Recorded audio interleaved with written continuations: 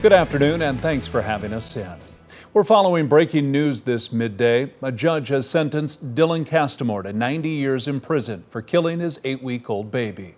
Before the judge handed down his sentence, Castimore told baby Daxton's family that he was sorry that he had snapped on November 27, 2021. That's the day he killed the infant. Daxton's mother also spoke. She said she collapsed at work when she heard what had happened to her baby son. Following final arguments on both sides of the case, the judge handed down a 90-year sentence for first-degree manslaughter and child abuse. We had a reporter in the courtroom and will bring you a full report on the final day of the hearing on KELOLAND News at 6. Also new this midday, a Sioux Falls man who spent decades working as a licensed therapist and training future counselors admits to having an illegal relationship with one of his patients. This morning, Roy Conrad pleaded guilty to 2 counts of sexual penetration by a psychotherapist.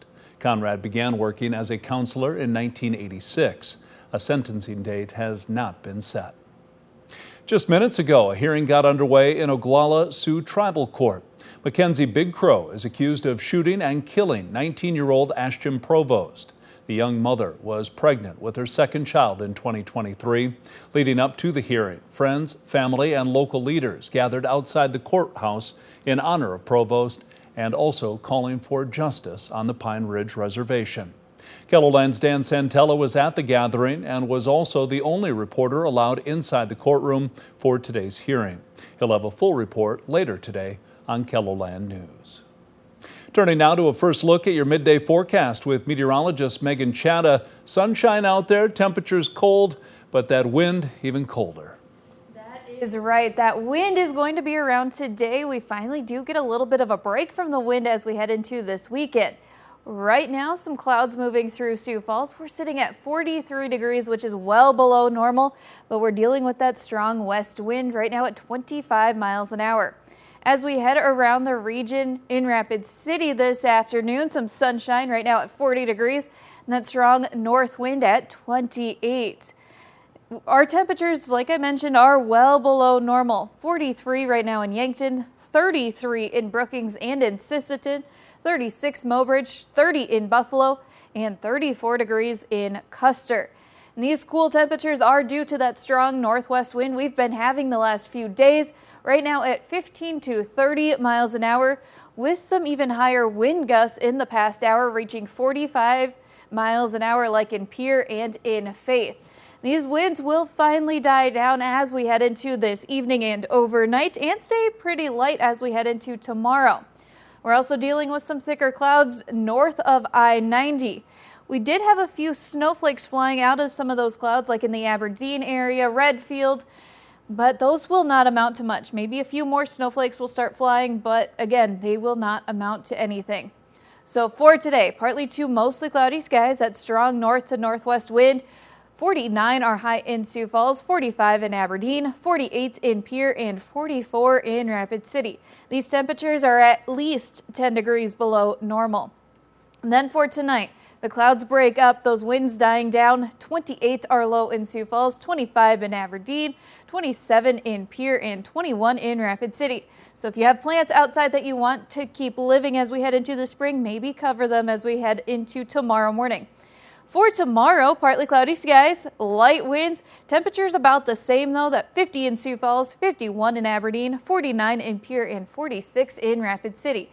But we have some sunshine coming as we head into Sunday and temperatures above normal by the second half of next week. We'll take a closer look at all of that with a chance of a few light rain showers in just a little bit. Thank you, Megan. Sometimes we take our good health for granted, but one Watertown man is forever thankful for a second chance at life after battling leukemia. Scott Schaefer was diagnosed in September 2017, and just a few months after being put on a donor list, some good news came his way. I was in Arizona with some of my friends in January of 2018 when I got a phone call. And they said they had found the donor. After nearly 6 years of being cancer-free, Scott was finally able to meet his donor in person last summer. In tonight's Eye on KELOLAND, Carly Phillips introduces us to the long-distance hero who saved his life. The Biden administration says it's working towards de-escalation following Israel's overnight attack on Iran. Today's strike, which appeared limited in scope, was in retaliation for Iran's unprecedented drone and missile strike against Israel last weekend. Natalie Brand reports from Washington, D.C. Less than 24 hours after U.S. officials say an Israeli missile struck Iran, Secretary of State Antony Blinken wouldn't comment on reports the White House was given advance notice, but made clear the U.S. was not part of it. The United States has not been involved in any offensive operations. The United States, along with our partners, will continue to work for de-escalation.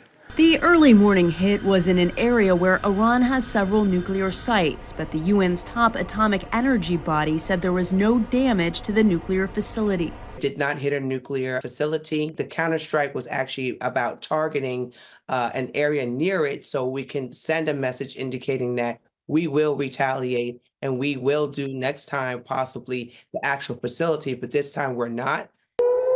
The strike came less than a week after Iran's unprecedented retaliatory drone and missile attack on Israel, the country's first direct assault on Israel from its own territory. National security and foreign policy expert Asha Castleberry-Hernandez says Israel's strike sends a message it's able to penetrate Iran's airspace. Your response showed no international support with regards to intercepting the actual counterstrike like what you saw in Israel, where you've had the United Kingdom, United States, even Jordan and Saudi providing support to the Israeli security forces. Iran has been downplaying Israel's attack with no damage reported. Many intelligence experts believe the limited scope of the strike will allow Iran to walk away from further escalation. Natalie Brand, CBS News, Washington. This latest attack comes as tensions in the Middle East remain dangerously high, with Israel fighting the war in Gaza, Iranian-backed militias in Lebanon, and unrest in the West Bank.